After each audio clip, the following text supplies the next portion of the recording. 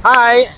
I'm here in the Orabella, located to sa 21st Street, P. Tuason, Quezon City. Samahan niyo ako, papasukin natin yung project ng Orabella ngayon. Lobby area.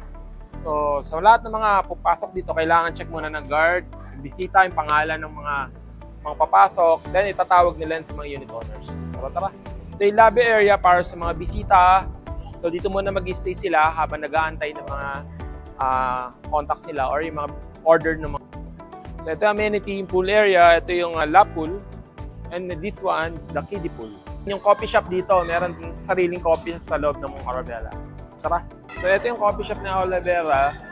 Sabi nila, masarap daw yung kape dito. Mamaya, subukan natin. So, ganda rito kasi lahat ng mga klase ng kape nandito na.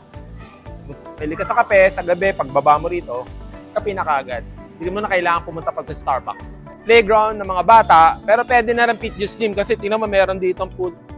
Pwede kang mag-push up, pull up, pag umaga, diba? Pwede kang mag-slide, pwede kang maglaro yung mga anak mo dito.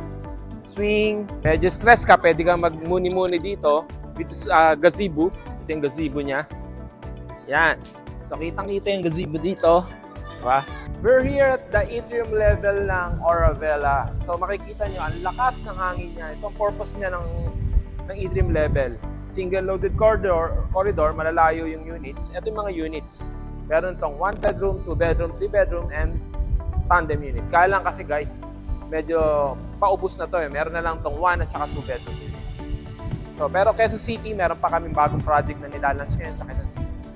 Ito, purpose niya ang hangin. So, para sa mga, lalo na ngayon summer, so kailangan natin ng ganitong lamig na hangin, fresh air, and sunlight.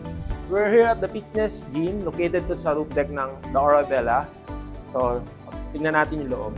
So, nakikita mo dito, habang nag-gym ka, kita mo na yung view, the scenic view ng Quezon City area. So, dito, pagkagabi, maliwanag yan, makitang-kita, ganda ng view dito. So, hindi mo na kailangan pang magbayad pa ng mahal na gym. Andito na, meron na rito lahat. Ito, nandito tayo sa roof deck. Meron ganito lagi sa lahat ng mga project ng DMCI, yung mga high-rise. Dito, ang purpose nito para maliwanag sa pinakababa ng unit. So, yan ang nagsisilbing light sa mga loob ng building. Okay?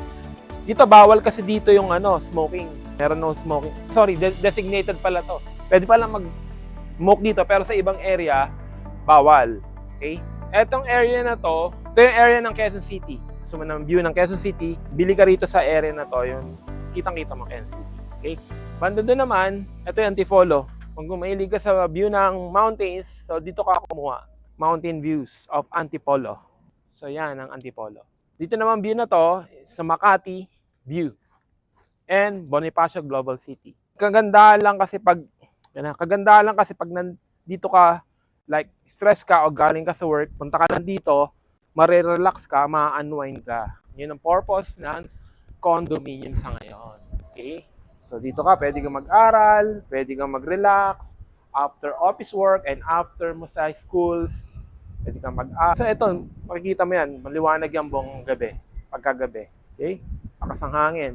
So, dito naman yung entertainment room for rent to. So, first come, first serve, gusto mong kumuha, gusto mong mag-rent, pwede nyo gamitin to sa grupo, sa mga kamag-anak nyo, may birthday, open po siya. First come, first serve.